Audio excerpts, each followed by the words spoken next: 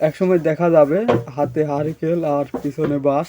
এটা কিন্তু বাস্তব উদাহরণ। হুবহু দেখা যাচ্ছে অনেক খামার কিন্তু বর্তমান বন্ধ হয়ে যাচ্ছে। তো বন্ধুরা, আসসালামু আলাইকুম প্রিয় বন্ধুরা।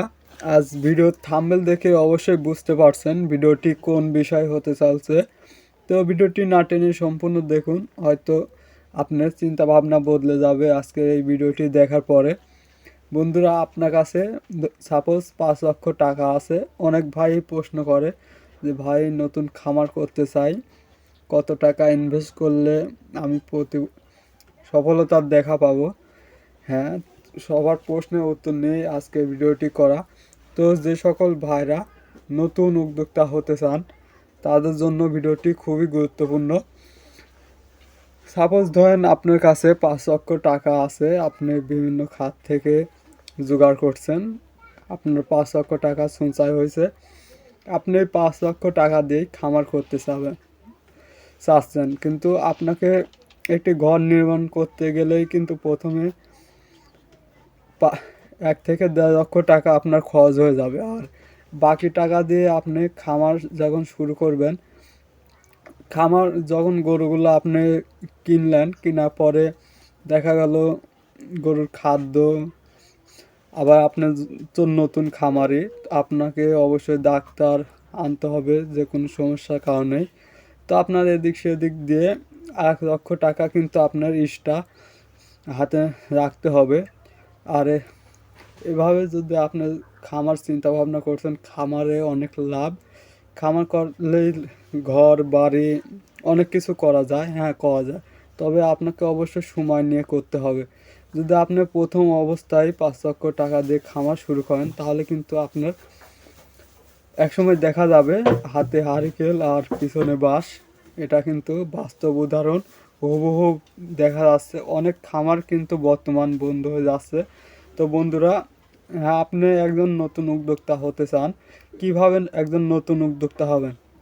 সাপোজ আপনি কয়েকটি গরু কিনলেন এবং কিছু টাকা দিয়ে আপনি কিছু কবুতর, কিছু দেশি মুরগি, হাঁস, আপনার যদি পুকুর থাকে কিছু মাছ, মিশ্র এভাবে যদি আপনি একজন উদ্যোক্তা হতে চান, তাহলে আপনি সফল হবেন। কারণ একদিক দিয়ে গেলেও অন্যদিকে কিন্তু আপনার পুষিয়ে যাবে।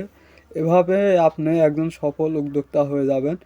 আর যদি আপনি শুধু গরু দিয়ে নতুন অবস্থায় একজন উদ্যোক্তা হতে চান, তাহলে বলবো অবশ্যই 10 বার চিন্তা করবেন। চিন্তা করার পরে আপনি নতুন উদ্যোক্তা হবেন, না হলে আপনি কখনোই খামার সেক্টরে আসবেন না। আসলে কিন্তু অনেক লসের সম্মুখীন হতে হবে। এক সময় দেখা যাবে আপনার যে 5 লক্ষ টাকা 1 বছর শেষে আপনার দাঁড়াবে যা 2 থেকে 3 লক্ষ টাকা। 2 লক্ষ টাকা আপনার শেষ হয়ে যাবে বুঝতে বুঝতেই।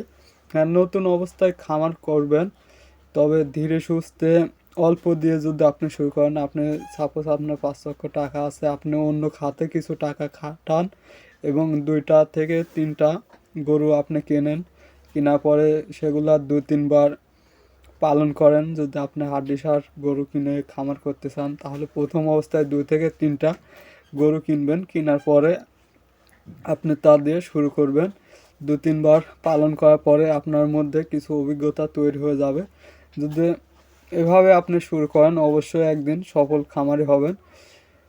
আর যদি আপনি ডেইরি সেক্টরে আসতে চান, সেক্ষেত্রে আপনাকে অবশ্যই বীজ দেওয়ার উপযুক্ত বকনা দিয়ে শুরু করতে হবে। আসলে খামার সেক্টরে লাভ হয়, কিন্তু সেটা আপনাকে আগে বুঝতে হবে যে আপনি কিভাবে শুরু করলে লাভবান হবেন। এবং আপনার সাপোজ 5 লক্ষ টাকা দিয়ে খামারটি করছেন, তবে সেই 5 লক্ষ টাকার মধ্যে থেকে আপনাকে প্রথমে 5,000 টাকা বের করে নিতে হবে। এই 5,000 টাকা দিয়ে আপনি বিভিন্ন খামারে যান, সেখানে দেখেন তারা কিভাবে খামার করছে, তাদের খাদ্য ব্যবস্থা, তারা কিভাবে দানাদার খাদ্য দিচ্ছে ইত্যাদি বিষয় ঘুরে ফিরে আপনার চারপাশে ঘুরে ফিরে দেখবেন। তারা কখন গরু কিনছে, কখন বিক্রয় করছে, কোন সময় গরু কিনলে লাভ হবে, কোন সময় বেচলে লাভ হবে, এসব বিষয় আপনাকে অবশ্যই জানতে হবে। না জানলে কিন্তু আপনি খামার সেক্টরে এসে লাভবান হতে পারবেন না। তো এরকম শিক্ষামূলক ভিডিও পেতে অবশ্যই চ্যানেলটি সাবস্ক্রাইব করে পাশে থাকবেন, এবং ভিডিওটি যদি আপনার উপকার হয় অবশ্যই ভিডিওটি শেয়ার করে দেবেন এবং আপনার মূল্যবান মতামত কমেন্ট বক্সে জানিয়ে যাবেন। আর যদি কোনো প্রশ্ন থাকে অবশ্যই কমেন্ট করবেন, আমরা চেষ্টা করব আপনার কমেন্টের উত্তর দেওয়ার। এবং যদি কোনো সফলতার গল্প আমাদের ইউটিউব চ্যানেলে প্রচার করতে চান অবশ্যই আমাদের সঙ্গে যোগাযোগ করবেন। ডিসক্রিপশন বক্সে আমাদের ফোন নাম্বার দেওয়া থাকবে, আমরা চলে যাব আপনার কাছে আপনার সফলতার গল্প আমাদের চ্যানেলে প্রচার করার জন্য। আমরা চাই বাংলাদেশে ভুলগুলো বের হয়ে আসে খামারি মন থেকে। যারা নতুন খামার করতে চান তারা যাতে লস না করেন, কিভাবে একজন সফল উদ্যোক্তা হবেন সেই লক্ষ্যে আমাদের কাজ করা। তো ভিডিওটি দেখার জন্য অনেক অনেক ধন্যবাদ। আসসালামু আলাইকুম।